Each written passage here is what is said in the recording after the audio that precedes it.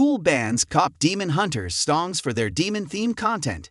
If there's one thing history has taught us, it's that censorship is always a good idea, hardly ever problematic, and definitely makes kids less interested in whatever it is you're trying to ban.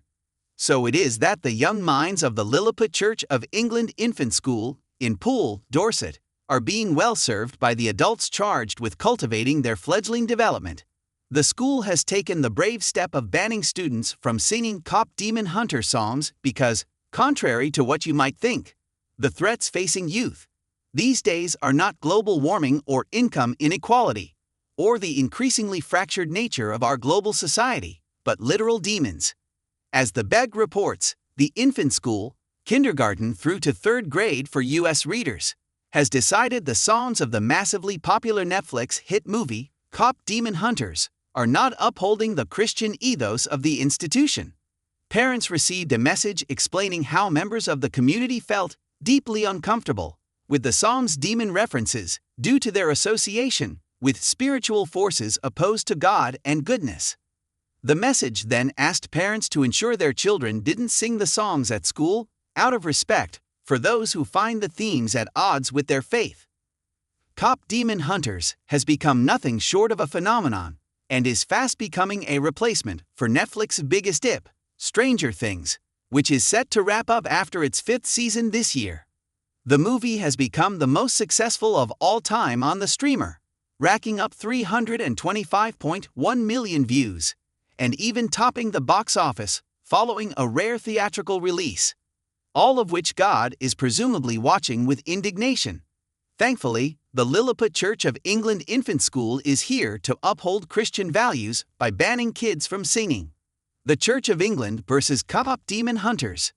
Kpop Demon Hunters, which has become so popular it's forced Netflix to do something it's avoided, follows fictional K-pop girl group Hunter/X, who in their spare time hunt demons and help maintain a barrier between the real world and the demon realm. The film sees Hunter/X face off against rival boy band, the Saja Boys, a group made up of demons in disguise, which poses the biggest threat to the tenuous balance established by Hunter/X's forebears. Oh, and one of the girl group members is half demon, a trait she tries to hide from everyone, including her bandmates, but ends up embracing towards the end of the movie. It's a pretty straightforward allegory for anyone who's ever felt even a little different coming to accept themselves. Well, not for the Lilliput Church of England Infant School, which is sticking to its original decision despite widespread negative feedback from parents. In an update released following the initial message, acting head teacher Lloyd Allington said he'd heard from parents who argued against the ban, but that nothing would change. While we fully respect your right to make choices about the content your child engages with at home, we also want to be mindful of the diversity of beliefs within our school community. Allington wrote, "For some Christians, references to demons can feel deeply uncomfortable because they associate them with spiritual forces opposed to God and goodness."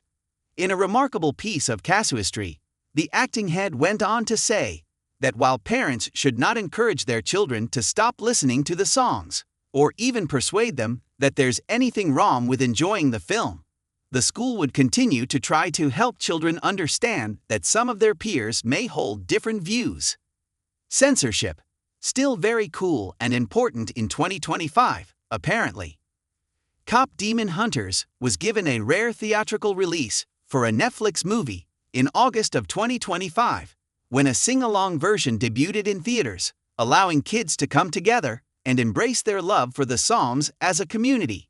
The film brought in $19.2 million during that one weekend and solidified its standing as one of the biggest things Netflix has ever released.